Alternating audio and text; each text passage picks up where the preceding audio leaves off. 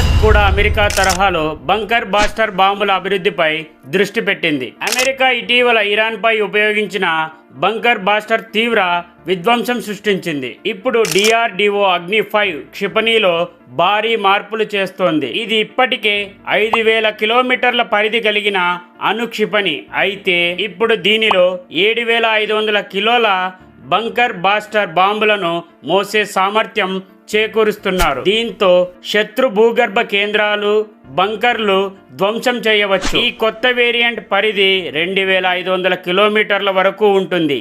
100 మీటర్ల లోతు వరకు బాంబులు చొచ్చుకెళ్తాయి. పాకిస్తాన్, చైనా వంటి దేశాల వ్యూహాత్మక కేంద్రాలను లక్ష్యంగా ఇది కీలక ఆయుధంగా మారబోతుంది. బంకర్ బాస్టర్ బాంబులు అంటే ఏమిటో తెలుసుకోవాలనుకుంటే ఇక్కడ క్లిక్ చేయండి.